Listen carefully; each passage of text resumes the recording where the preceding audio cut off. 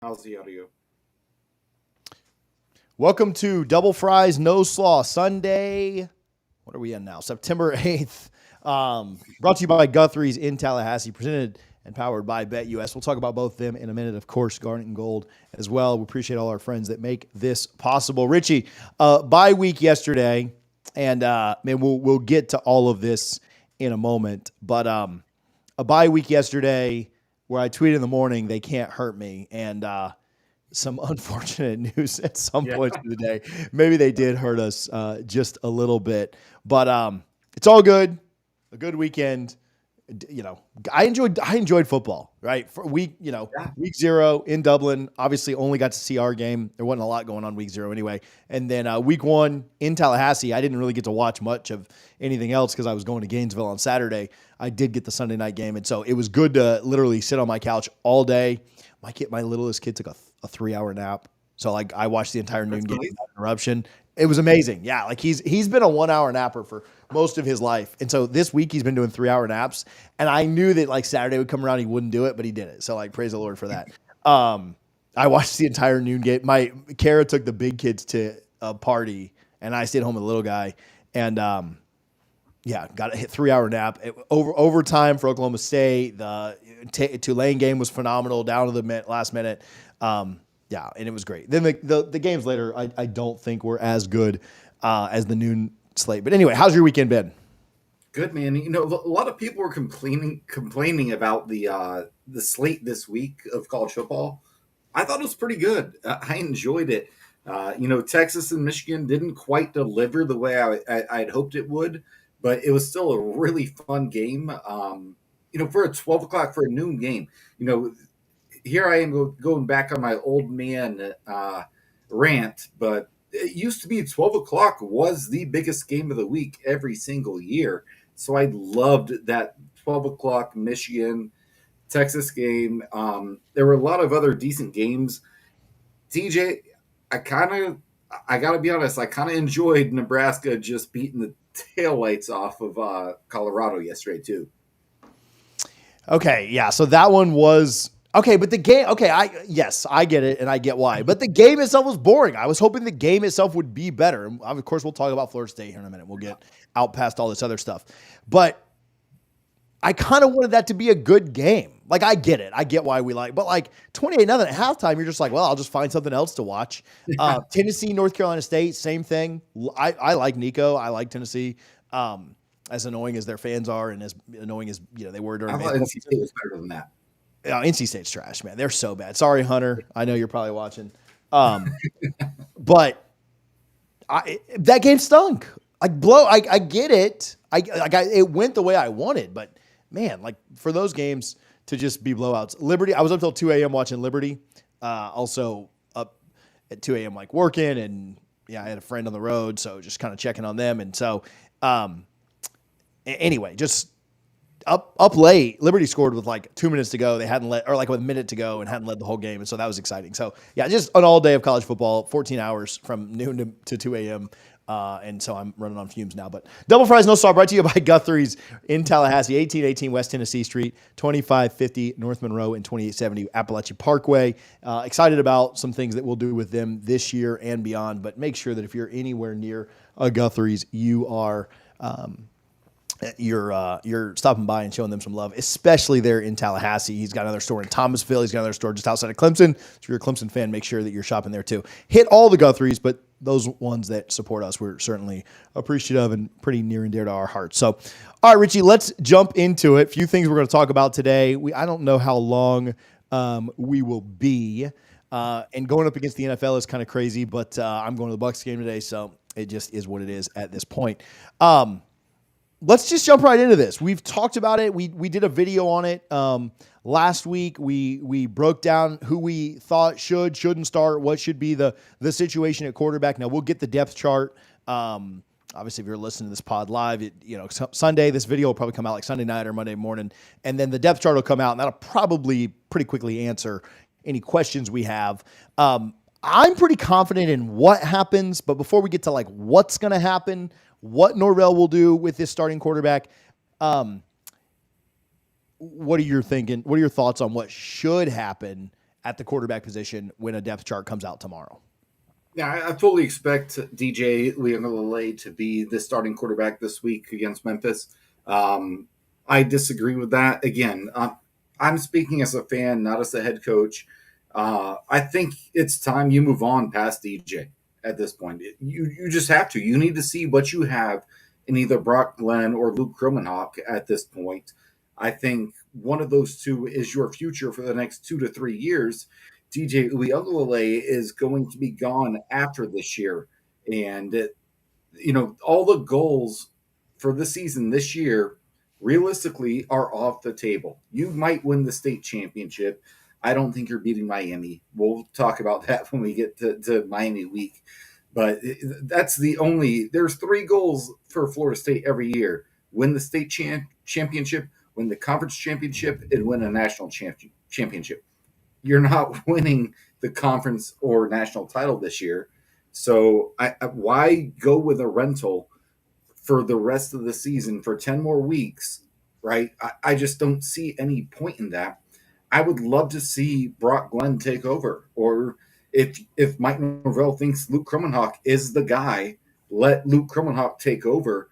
I'm all the way out on DJ Uiagalelei, TJ. Okay, so I'm gonna play devil's advocate to that. I'm gonna play the other side, and I honestly have no problem with that thinking. I do still think that it is important, and we'll talk about recruiting in a little bit. Florida State had a pretty big loss on the recruiting side. Richie, I will say this: I don't know if your mic is plugged in. I don't know if that's why we couldn't hear each other earlier or not, but I know that it doesn't seem like your mic is plugged in right now. So I don't know if that's something you want to work on while I rant a little bit. But if not, I'm also okay with you just kind of rolling with what you got. I think that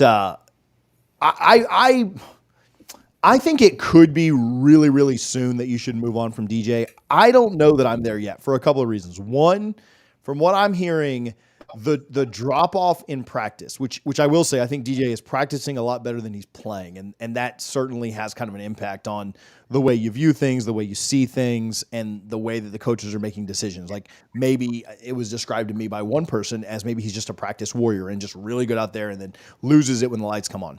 But what I'm hearing is there's obviously the push from the fan base to go to the backup, because when you're on a bad team or you're a struggling team, the most popular person in the room is the backup. What I'm hearing, and this is not necessarily news that I think people are going to want to hear, but the gap between the way that DJ is practicing and even playing, like what you're seeing from DJ on Saturdays, is still far and above so much better than what Brock is showing you right now in practice. And then I think Brock is still just a bit ahead of Luke being so young. And so I think it is important for you to still try and win as many games as you can. I understand that our season expectations, the goals are done, are finished, but I still think there's a difference in 7-5 and 3-9, right? If you could somehow, and I'm not saying that you get to 7-5 with DJ. 3-9. Oh. But that's, to me, that's where I'm looking at, is if you play Brock, I'm not confident you can get to a bowl. And I'm not super confident you can get to a bowl with DJ. The Vegas, we'll talk about Bet US here in a minute. The Vegas over-under has moved to 5.5 with the juice on the over. But I do think that DJ gives you a better chance to get to that 6th or 7th win. Just based on, now I've not been to practice. I've not seen practice. I know that everybody wants to kill the people that have gone to practice, like they're any different than the staff or the coaches or the national media out there. I don't think they are. Let's maybe ease up on some people. But I think Brock is pretty significantly behind DJ, and that's why if I hadn't been told that, I'd say yeah, let's just move on. Let's get the young guy reps. Now, here's where I'll agree. If you lose to Memphis is a pretty decent team. They're a really good group of 5 team. They're not as good as Cal. They're not as good as Miami. They're not as good as Notre Dame. They're not as good as Florida, with Lagway maybe. There's a lot of teams on this schedule that would be better than them. I don't know if they're as good, like North Carolina might be better. SMU, as bad as they've looked, might be better. So if you lose to Memphis with DJ and you can't beat them, then I think you realize that you're not making a bowl. You're 0-3. You've lost to 3 of the worst teams on your schedule. At that point, the season is a wash. And you really should just prepare guys for the future. And as much as I do want to prepare guys for the future, I think it's important to go out and try and find your way to get to a bowl. Try and find your way to get to 6, 7. If you get to 7-5, then an 8th win in a bowl. So that's my take on it. I think you could get halfway through the Memphis game, and if DJ has 2 picks and you're down by 14, at that point you just pull the leash and say, like, we're not going to do this. But I also think you've got to give it a little bit more time, because I'm not very confident, and that's not me crapping on Brock. I'm just, based on what I'm hearing, I'm not super confident that he can lead you to be any more successful than you already are. I guess you move on from DJ once you say we literally cannot win games with any quarterback, so we might as well just get young guys reps. I don't know. Thoughts on that? You don't have to agree, but just thoughts around that. My thoughts are, we both thought we would win the ACC heading into the season. And the playoff was a very real expectation. And now we're sitting here talking about, will we make it to a bowl game? To me, that's where this conversation starts and ends. And it's fine, because, teams have things like this. USC started number 1 in the country back in, this was a long time ago. I'm going to age myself, back in the early 2000s, and finished this in rank. So these seasons like this do happen, but it's just so frustrating that we had such high hopes that even if we didn't win the ACC, we thought we might be able to backdoor our way into a playoff spot. And it's just not happening this year. And now we're sitting here talking about, how can we just get to a bowl? It's just, it's so frustrating. But again, if you've watched enough college football for as many years as you and I have, TJ, you understand that these type of seasons do happen, but it's still so frustrating that here we are right now, 0-2.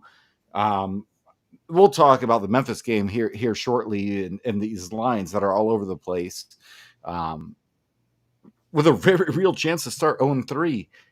And this is where we're at right now as a program. And it's fine. I truly do believe Mike Norvell still is the right guy to lead this program. I think he is a phenomenal head coach. I think he is the right person to lead the program. But man, this season is going to suck, isn't it, TJ? It doesn't seem very fun, for sure. It's hard. It's really hard because of where your expectations were and what you thought you could do. Now, you got the bye week at a good time. Maybe they figured some stuff out. And if we're being completely honest, they absolutely have the talent, even with DJ, to go win the next 3 games. And they could be 3-2. And being 3-2 is not where you wanted to be. But if you start out 0-2, being 3-2 is where you need to be, right? Like, we can't change what happened the last 2 games. And so if they can show some improvement, they can beat a Memphis team. Cal beat Auburn yesterday. That was a really impressive win. Auburn has a worse quarterback situation than we do. And Payton Thorne just isn't it. And they barely beat him, right? And so I don't think Cal's a world beater. They got a good running back. The power run game does worry me a little bit. But you could beat Cal, and then SMU is kind of dumpster trash too. Like they're not good. Not impressed. So you could, they've got the same situation we do. Like they just don't have a very good quarterback situation going on. So Clemson looked good. I don't think you're going to beat Clemson in a couple of weeks. If you go into that game 3-2, who knows what could happen? DJ could maybe play the game of his life, and you play good against your old team or something. But I'm not counting Clemson as a win. But you've got time to maybe turn around. But anyway, I keep him at quarterback. Early thoughts here on that Memphis game. I saw you posted 3.5 points. I've seen 1.5. I've seen 5.5. You posted 1.5. I've seen 3.5. I've seen 5.5. Kind of seen it all over. But just kind of early thoughts on that Memphis game. We're the positive folks, right? Like we don't get down very often. I will say one thing that has me a little bit hopeful about Memphis is the fact that they don't have a super strong rushing attack. Now, they might play us and they might look like, the 85 Bears. But I do think that we are a little more well-suited to play against them with a really strong downfield passing attack because I do like our secondary. Now, that said, if the defensive line doesn't get pushed, I don't care if you got 4 Deion Sanders out there. in his playing day, not today. But then it doesn't matter, right? You've got to get some push up front. Again, a group of 5 offensive line, not necessarily playing a power 4 offensive line, which BC and Georgia Tech, one good, one okay. But I do think that Memphis, you're kind of set up to have a little bit more success against them based on a matchup perspective. I would also think that their defense, again, just less power 5 players, you should match up a little better here. All that said, Vegas is telling you it's going to be a close game within a touchdown, whether that's 1 point, 5 points, whatever. What's your concern level? High, very high. I think the fact that Ryan Silverfield, the head coach at Memphis, who Mike Norvell really, really wanted to bring to him to Tallahassee with him, before getting the head coaching job at Memphis, there's a lot of familiarity there, and that's something that I'm, very intrigued in. I think he knows what Mike Norvell wants to do, and I think that makes it that much more challenging, especially when you have a quarterback who, for whatever reason, is not doing what you want him to do exactly right now. He's not quite, I don't think Mike Norvell trusts DJ Uiagalelei right now. I just don't think he does. And Silverfield, I think, is a phenomenal coach. And I don't think he'll be at Memphis long. I think he's going to get better opportunities, and they will be much deserved. But yeah, the spreads are kind of all over the place right now. I haven't checked, Hard Rock Bet or Bovada or any of the ones that I kind of trust the most. But to your point, TJ, everywhere from 1.5 to 5.5 points, that doesn't make you feel good, right? Like, you'd like that to be 13.5. Not that it mattered against Boston College or Georgia Tech, Sure. but you'd like that to be a lot higher than that. And I think this is going to be a very difficult game, unfortunately. And it sucks to say that as a Florida State fan sitting here 0-2 on the season, but I do think it will be a tough game. I think it's a game you should win. And if you come out and execute the game plan that you have in place, you should win this game. But again, I'm not mad at even on the low end, the minus 1.5 point spread, because if I'm a gambling man, why not put some money on Memphis money line at this point, TJ? Well, I think that's where a lot of the money is going to come in this week, and I wonder if the line doesn't continue to move that way. Now, I do think some money will come back in on the other side, and I think that'll even it out, because people are gonna, no matter how bad we look, people are gonna say they got too much talent for me to let the money go and if I can get Florida State at -1 plus money, whatever, I think that's gonna help. ESPN's FPI 73%. Florida State has a chance to win this. Well, even with how bad we've looked, that gets adjusted weekly. This was up over 90% before the season started. ESPN is still saying that. ESPN Bet specifically has -3.5. BetUS doesn't have anything listed on the game just yet. I'll give BetUS some love here in a moment. But man, Richie, if the Noles win this game and they can kind of start to right this ship, right? This I don't think it's as bad as okay, so Florida last night beat Samford.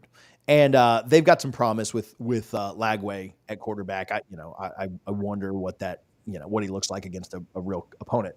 But I think their fans are still very much in wait and see mode. And it's well, that's Samford. Let's do that against a real opponent.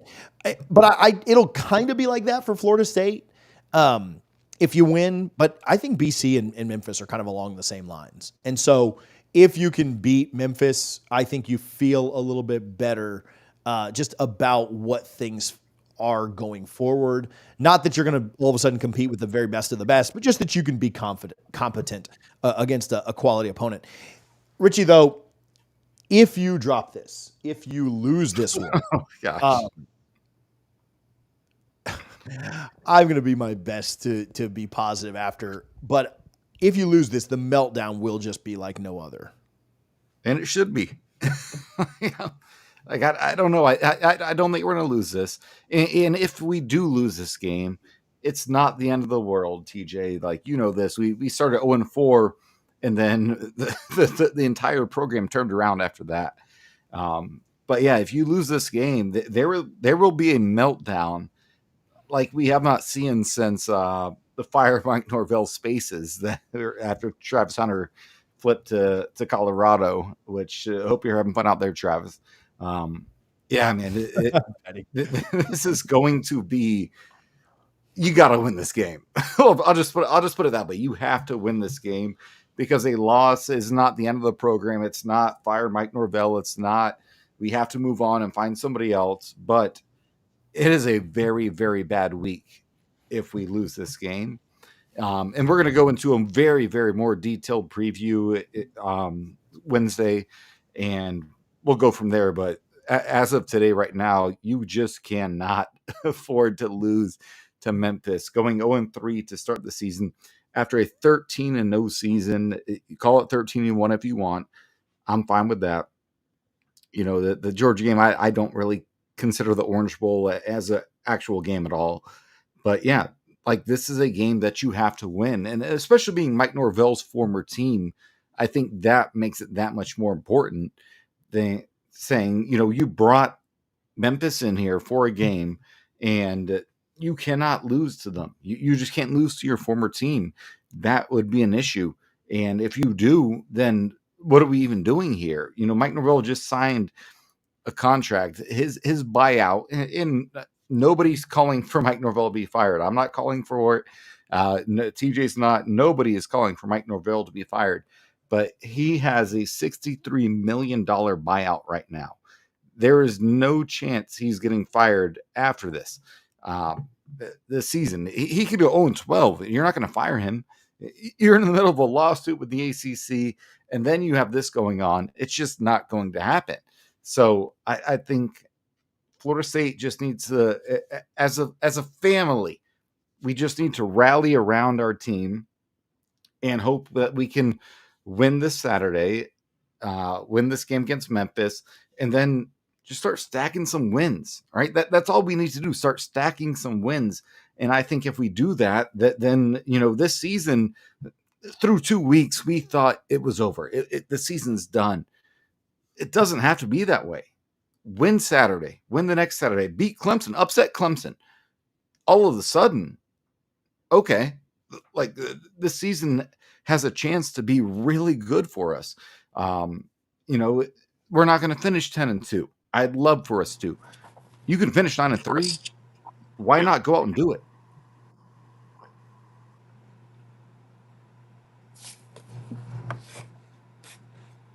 TJ, you're back. TJ.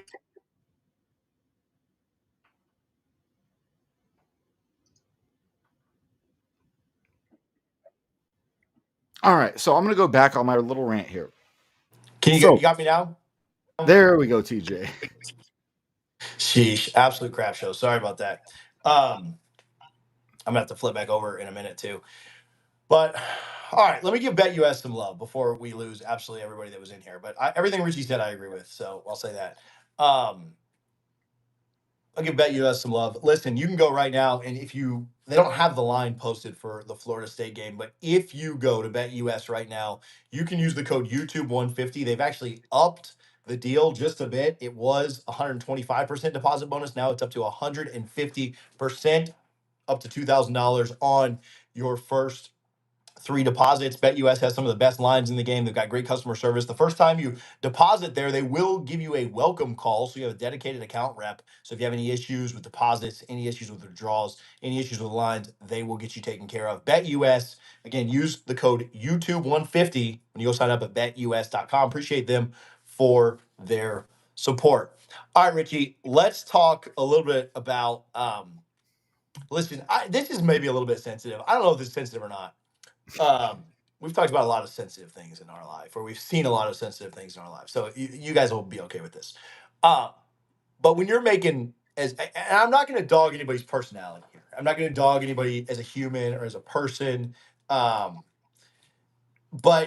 when you're making as much money as some of these guys are making, I think that opens you up.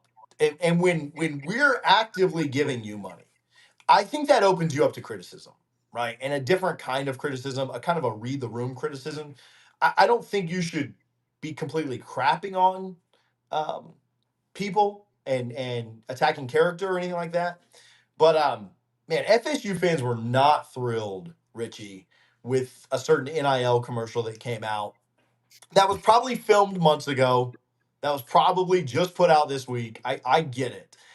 Um, it felt, I have no problem with kids making money, right? And I have no problem with anything like that. It felt a bit tone deaf. It felt a little I don't know if I don't know if wasn't there a quote in Pat Payton's NIL deal with Powerade? If you haven't seen the video, we're not going to show it because it'll make me mad. But it was a quote about like chasing big plays and not big paydays or just something. I don't know. Like, um, and Pat has obviously not played very well this year. It's not to say that he won't. There's 10 games left. A lot of time to go out and prove yourself.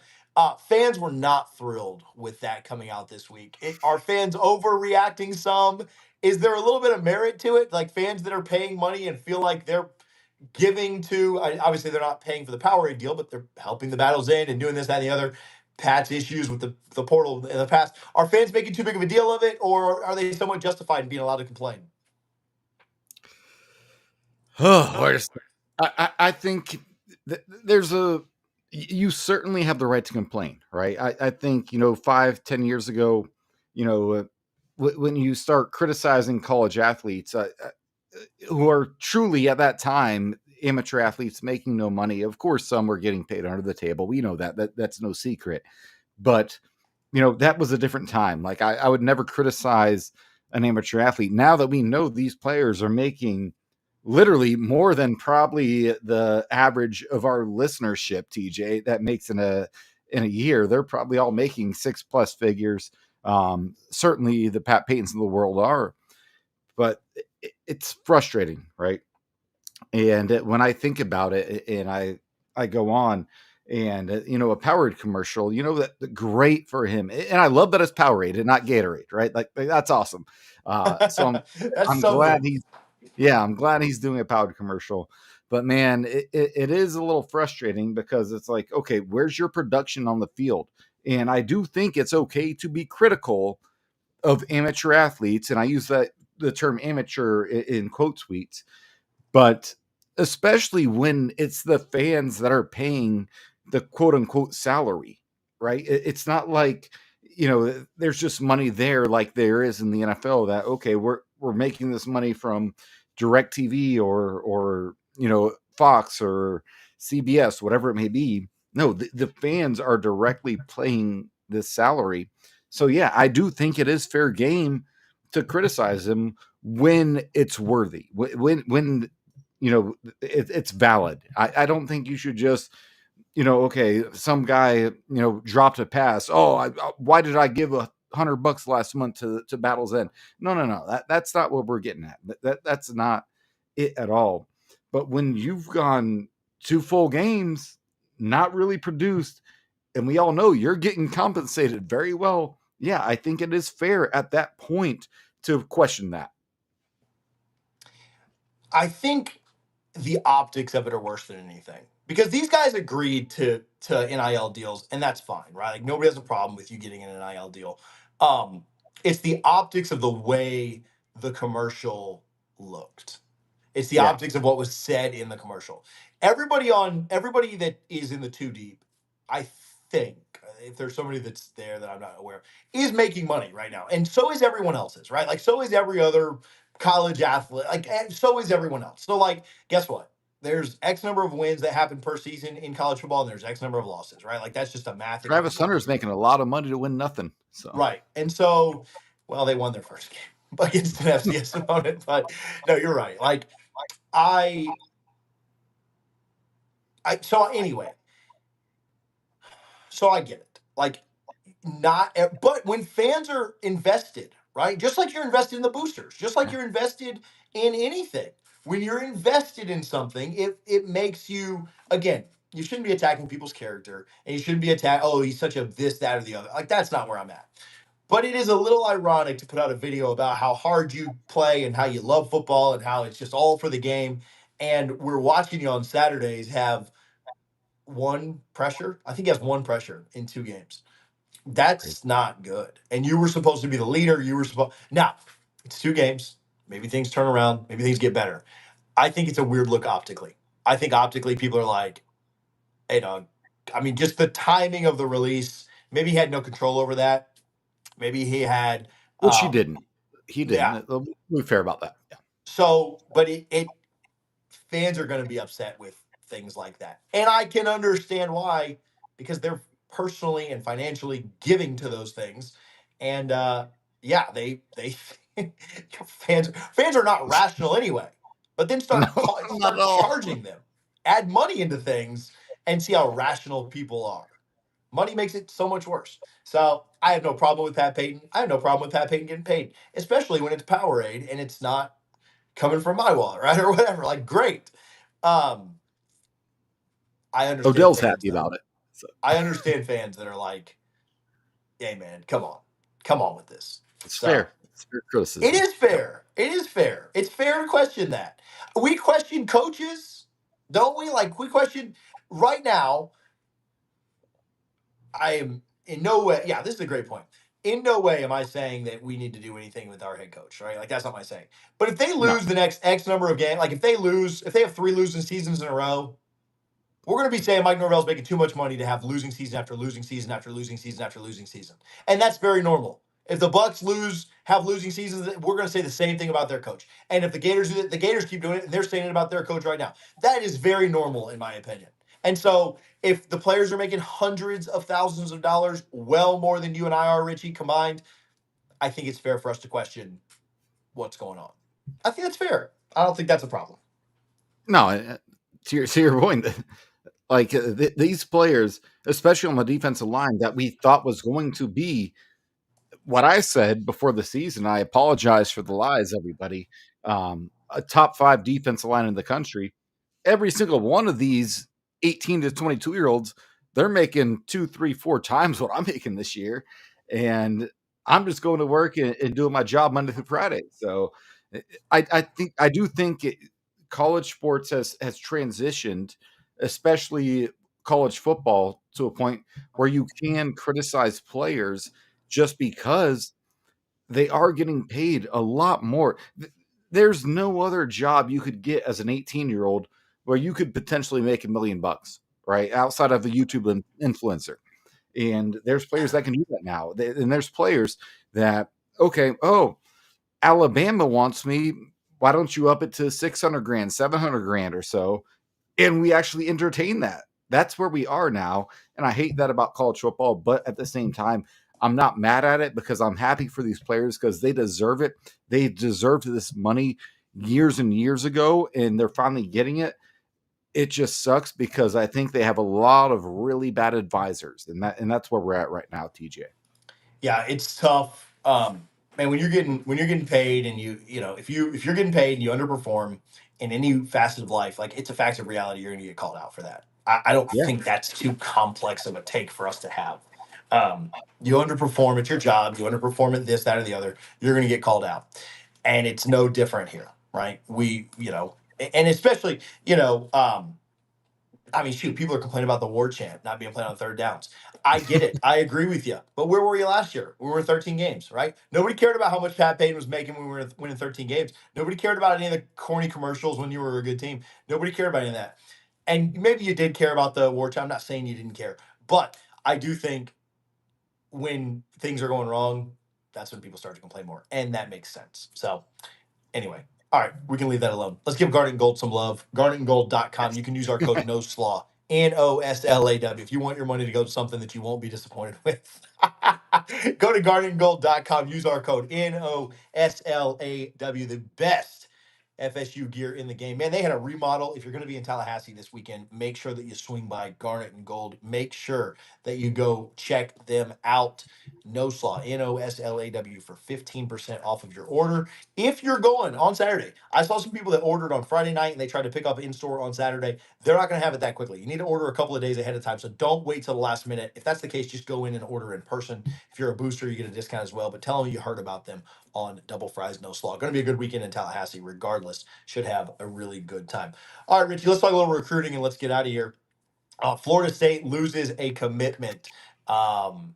From Myron Charles. Oh, sorry, Harlan. I jumped ahead of you a little bit, but we'll still do this first. Florida State loses a commitment from Myron Charles, flips to Texas. One of Florida State's better defensive commitments. one of the better defensive line commitments or recruits in the country, flips to Texas. I think it was extremely close with Texas the first time. Um, and based on what they did to Michigan yesterday, based on um, how Florida State has looked the first 2 weeks, based on the money that was part of it. We talked about this. Florida State, I believe it was Myron Charles that said something to the effect of, "I could go somewhere else and make more money." Maybe that was Solomon Thomas. I could be wrong on that. But I think that that's, if you're not paying as much, which I do think Texas offered a pretty hefty NIL deal, and if you aren't winning games and that your main competition is going into the big house and beating the crap out of Michigan, our defending national champions, yeah, you're probably going to lose some recruitment and it's going to be tough. So a tough one to drop that kid. I don't know if Florida State can really get back in there. The flip back doesn't seem to happen very often. Um, but if you're Myron Charles, you certainly, or if you're a fan, you certainly would have preferred him to stay committed. But if you're him, I don't. Hopefully, this doesn't get taken wrong or out of context. Do you blame him? If you're getting paid more money and you're going to a better team, Florida State needs to improve on the field and they need to get a little bit better there. So I will say this also, Florida State needs to do everything they can to hold on to the class that they have right now because we've talked about it. They're going to lose more games this year. I'd be pretty shocked if they finish it at 10-2. Actually, I would be insanely shocked, and it would be the greatest turnaround I've ever seen in my life. So yeah, they're going to need to do some work to hang on to some of their kids.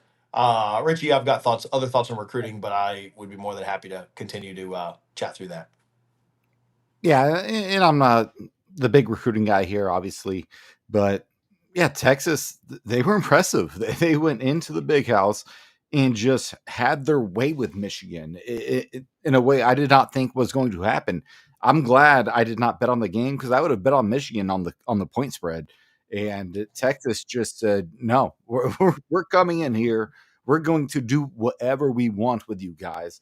And then after the game took one of our best recruits, which Brutal. it happens. And unfortunately, to your point, TJ, that Texas is the better program currently, right?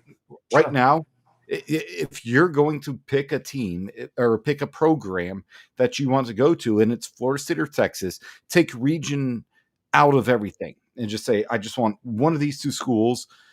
I'll probably get a little more money out of Texas, and they're probably going to have a better chance to compete for national championship, which I don't know if that's actually true, being now that they are in the SEC, and Florida State does have an easier path than the ACC, but nobody's going to get upset. You have Arch Manning very happily sitting the bench at Texas, collecting probably $1 million a year as a backup quarterback. So the NIL has just changed this world around so many ways. It's just not. It's unfathomable to really think about when you start to dig in. But it sucks. It's one of your best one of your best recruits overall, not just on the defensive side of the ball. But that's where we are right now, and that's the world we live in. In Mike Norvell, Florida State, you got to win some games. You got to start winning games, or else more of this will happen in the next 4 months. Yeah, it's tough, because it's also in a position of dire need. It's a position that Yeah, you absolutely need to get better at. It's a position that you can't stand to lose elite talent. You're getting bullied right now in the trenches by um, teams like Boston College and Georgia Tech, yeah. Oh and my god. you can't afford to lose trench talent like that. Now they still have the number one edge committed in Javion Hilson, flipped from Alabama in December. Um, that needs to be somebody they hold on to. They still have Kevin Wynn committed. And so they need to hold on to both of those without a doubt, obviously. Like that goes without saying. And if they're not able to, man, a bad situation goes from pretty bad to worse. So Yeah, um, I did a video late last week, it might have been Friday night, on how they need to reevaluate some of their strategies and some of the ways that they attack high school recruiting, some of the ways that they invest in their um, roster. I also saw an article from Brendan Sinone that I'm looking forward to reading. I don't know um, if that was somewhere, if he mentioned that at all in his. But anyway, I think it's something that they need to address and get a little bit better with. And it's a concerning. It's what could be a concerning start. We'll see if the staff can get back a hold of it. You got to win some games. You got to make sure you're locked in with your relationships and you're selling kids the right way. Got to make sure you're compensating them fairly. And Florida State's being negatively recruited because of some things that have happened, and they gotta put a stop to it. So, all right, I say we get after that, but let's do that last one, Harlan, that you had up, and then we really will get out of here. Um, are you? We talked about this just very very briefly, but the expectations for the season have obviously changed. I mean, do you expect to get to a bowl? Like, what are your thoughts, Richie? If you're having to like readjust kind of your thinking, do you expect to like split with the rivals, get to a bowl? Like, what goals do you have goals for the team going forward? Or what are your thoughts? I do think we get to a bowl. I'm trying not to overreact so much to the first 2 weeks of the season, but I do think that this is a team that there's enough talent, and the schedule's not that tough. Cal, shout out Cal, they had an impressive performance against Auburn yesterday, but I think that's a team that you can beat as well. Uh, I do think Florida State gets to a bowl game. It's not going to be a bowl game that anyone wants to go to or care about. I'm hoping it's the Pop Tarts Bowl. I love Pop Tarts. That would be awesome. But it's just not. I do think this team finishes the season at minimum 6-6, and honestly, I would still probably bet a little better than that. They're not going to beat the better teams on the schedule. They're just not going to do it. Clemson, Miami, those are losses, but the other teams that are around the same, you know, uh, as you, I think you can have a chance to beat them. I think this is probably a 7-5. I might even stretch it and shock you, TJ, and put an 8-4 possible team. I do think that's possible here. Yeah, you just got to get better quick, and you got to hope that that bye week really worked. To me, they're still so much more talented than really most teams on their Yeah. roster. Notre Dame's not very good. I still don't really know that you go up there and beat them, but they look like Shout a out Northern dumpster. Illinois real quick. Shout them Yeah, out. Notre Dame doesn't look good. SMU doesn't look good. North Carolina doesn't look good. I'm sorry, Duke, not very good. You can beat Cal. You can beat Memphis. And then who knows what Florida's going to be at the end of the year. We'll learn a lot more about UF when they play A&M this weekend and what they do with that quarterback battle. I actually do think Lagway will be playing by the time they play us, and so, but Yeah. their offensive lines their trenches are about as playing as poorly as ours are, and so. You certainly could. The problem is that is certainly a glass half full perspective, because the glass half empty is almost all those teams that I just mentioned are just as good, if not better, than BC. Uh, like, and Oh so God. that's what's tough, right? It really is on them. Now they're more talented. Florida State's more talented than almost everybody they're gonna play. Um, they've got the pieces. The schedule sets up for them well. They got more buys than anybody else. They play some teams at home that you'd like to get at home. Um, some of the road games like Notre Dame, you probably think are not as challenging as they once were. SMU probably not as intimidating as it once was. But they got to go out and play, right? And it Yeah. all starts with Yeah. Memphis. We talked about Memphis in another segment, but it all starts with them. If you beat Memphis, you start to instill a little bit of confidence of like, oh wow, we know what winning feels like. We can taste it. We can go. We've seen Mike Norvell teams turn around before, right? We've seen an 0-4 start turn into 5-3 down the stretch, and those three losses came against teams you were significant underdogs against. In Clemson, Florida, and NC State. That NC State game where half the team missed with the flu and didn't play. And then Clemson and Florida, you were absolutely right in those games and lost them late. So we've seen turnarounds before. I'll say, I don't know, man. I think that 0-4 felt every bit as bleak as this did, because we didn't know at that point that the program knew how to win. And at least with this one, you've gone 0-2, you've kind of been shell shocked. But, I think the program does actually know how to win. The coaches know how to actually coach winning. And now, whether or not they do that, different story. I can't project that. I can't predict what they'll actually do. But the program does know how to win. And so getting that taste of a victory against Memphis, yeah, I would project them to get to a bowl at this point. If they lose to Memphis, I'm 100% out on them being able to. I can't see a situation where they only lose 3 games down the stretch, mostly because I think Notre Dame, Clemson, and Miami are losses. And so you'd be telling me they go perfect in their other 6 games. I'm not sure I can buy that just yet. Is it possible? Anything's possible. But if you're adjusting expectations, I think the biggest data point that you got left is Memphis, and then you're going to know whether or not this team can make a bowl. If they beat Memphis, I kind of expect them to beat Cal. I kind of expect them to beat SMU. I kind of expect them to beat North Carolina and Duke and Charleston Southern. There's your 6 wins. You could even lose to Florida, Miami, Clemson, Notre Dame, and you still find a way to a bowl. I think they beat Florida at this point still. And then if you find one more, that's where Richie's getting real crazy with that 8 wins. I'm not there yet, but I could see 6 or 7. 6 is probably the most likely to me. They just have so much talent, and I think eventually it's going to click. Maybe I'm just speaking life into something that I shouldn't be speaking life into. But and again, we're super positive. I think they can well, they're not turn it around, but I think they could salvage a bowl game. If you can get to 7 and then you get to 8 in a bowl game, because everybody's going to play. Nobody's like nobody that matters is opting out. Um, I think you can. That's where your expectations need to be. You need to split with your rivals. Obviously, one of them going to be much easier than the other one. Split with your rivals and get to a bowl. Yeah, I think honestly, in Miami's going to be tough. Cam Ward is a very good quarterback. You win a state championship, whether you go 6-6, 7-5, 8-4, it doesn't matter. At this point, where we are right now, at this point in the season, you just chalked it up as a success because it sucks. You wanted to be in the college football playoff in the first ever 12-team playoff. That's off the table at this point, unless you win the next 10 games, which just is not going to happen. As much as I would love to lie to all of you, that's not going to happen. But you could still win the state championship. And again, the Miami game is going to be an uphill battle. That's going to be, Mike Norvell, that's going to be the climb. But Florida, that's a game you should probably win, even as bad as you played through 2 weeks.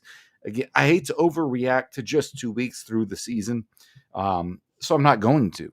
I do think, again, I just said 8-4 is on the table for me. And that would mean going 8-2 in the final 10 games. We'll see what happens, but we'll be back Wednesday night and do a full preview of Memphis. And hopefully I'm picking Florida State to win that game. Yeah, it's tough to know right now, but I guess we'll see when we get there. So, all right. Any shout outs, Richie, and we'll go ahead and get out of here. Yeah, shout out. Of course, this is my always shout out. Brooks Koepka. It's going to be awesome. Brooks Koepka and Bryson DeChambeau will be playing Rory McIlroy and Scotty Scheffler in December in a match. That's going to be awesome. So I'm not going to go on about that, but that's just going to be awesome.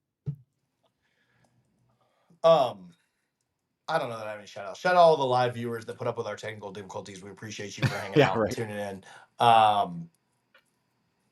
That's all I got for today. Shout out the listeners. Shout out the live viewers. I had a friend watching today, so shout out that friend. That's all I got, man. Y'all are all my friends, but there was one that said they were going to tune in, and I think they did. So shout out to the listeners. That's all I got. Richie, thanks for hanging out. Harlan, thanks for all your work on the back end. We will talk to you guys soon.